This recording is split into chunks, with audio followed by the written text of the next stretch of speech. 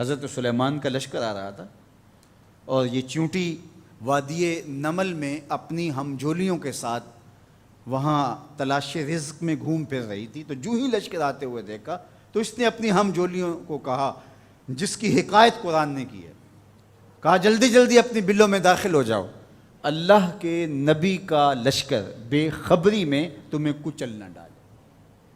کئی میل دور سے چیونٹی کی اس آواز کو حضرت سلیمان نے سنا. قرآن بتاتا ہے فَتَبَسَّمَ ضَاحِكًا مِّن قَوْلِهَا، اور اس چیونٹی کی اس بات کو سن کر پیغمبر کے چہرے پہ ہنسی آ گئی، مسکراہٹ آ گئی کہ یہ کیا بول رہی ہے. اللہ اکبر. چیونٹی کو پکڑ کے کان کے پردے پہ بھی ڈال دو تو آپ پھر بھی نہ سمجھ پائیں کہ وہ کیا بول رہی ہے. لیکن اللہ کے پیغمبر کی شان یہ ہے کہ کئی میل دور سے وادی نمل میں بولنے والی چیونٹی کو جو بول رہی ہے وہ بھی سن رہے ہیں اور اس کا جو مفہوم ہے وہ بھی سمجھ رہے ہیں. یہ پیغمبر کی شان ہے. کبھی بھی پیغمبر کو اپنی ذات پہ قیاس کرنے کی غلطی نہ کریں. نہ پیغمبر ہمارے جیسا ہے نہ ہم پیغمبر جیسے. ایک شخص نے روزہ رکھ لیا تو گرمی تھی، چلچلاتی دھوپ تھی، تو وہ بے ہوش ہو گیا. تو لوگ اس کے اوپر کپڑا تان کر کے کھڑے تھے سائے کیے ہوئے.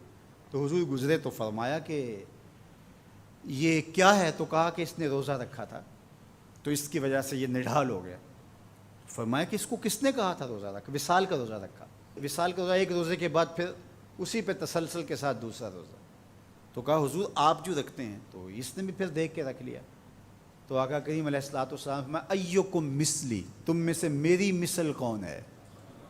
ایکم مثلی، تم میں سے میری مثل کون ہے؟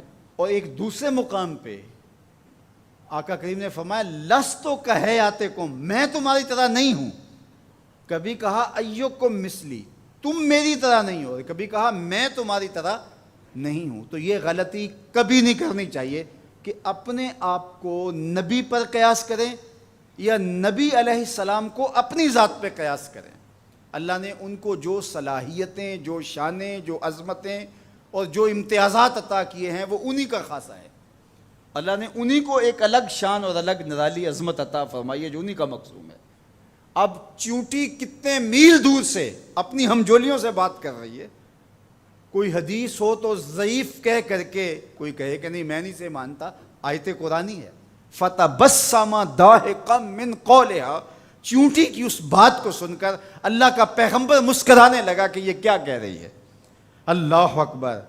یار حضرت سلیمان علیہ السلام چیونٹی کی بات سنیں بھی اور جو وہ کہے اس کو سمجھیں بھی اور اس بات پہ مسکرائیں بھی اور چیونٹی بھی کئی میلوں پہ ہو.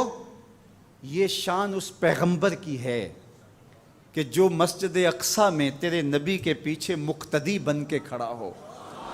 جب مقتدی کی سماعتوں کا یہ عالم ہے تو مقتدا کی سماعتوں کا عالم کیا ہوگا. اس لیے میرے اور آپ کے آقا و مولا نے ارشاد فرمایا جو میں دیکھتا ہوں وہ تم نہیں دیکھ پاتے، جو میں سنتا ہوں وہ تم نہیں سن پاتے.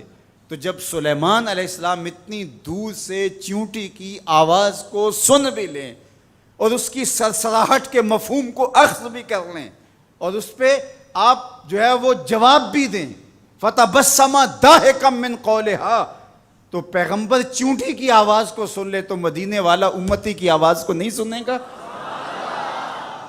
تو یہ شان ہے خدمت گاروں کی، سرکار کا عالم کیا ہوگا. اللہ نے شان عطا کی ہے، اللہ نے عظمت عطا کی ہے. اب اس چیونٹی کو امام رازی کہتے ہیں قیامت تک آنے والی چیونٹیوں کا سردار بنا دیا. کیوں؟ اس لیے کہ اس چیونٹی کو اس بات کا علم تھا کہ اللہ کے نبی کا لشکر جان بوجھ کر ننھی جان کو بھی ضائع نہیں کر سکتا. یہاں ایک لمحے کے لیے رکیے اور اس مفہوم کو اچھی طرح ذہن میں اتار لیجئے، اپنے اندر راسخ کر لیجئے. نبی کی تربیت پانے والا لشکر جان بوجھ کر کے ننھی جان کو بھی ضائع نہیں کر سکتا. اور جو اپنے بدن سے بم باندھ لے اور انسانوں کے انبوہ میں گھس جائے اور پھر بم پھٹے اور چھوٹے چھوٹے بچوں کے جسم کے ٹکڑے اور گوشت کے لوتھڑے بھی دیواروں سے چپک جائیں اور فرش خون سے بھر جائے اور وہ سینے پہ ہاتھ رکھ کے ذمہ داری قبول کرے، وہ نبی کا لشکر تو نہیں ہو سکتا، کسی شیطان کا لشکر ہو سکتا ہے۔ تو اس چیونٹی کو اللہ تعالیٰ نے قیامت تک کی چیونٹیوں کا سردار بنا دیا۔ قرآن مجید کی 114 صورتوں میں سے ایک صورت کا نام اس چیونٹی کے نام پہ رکھ دیا۔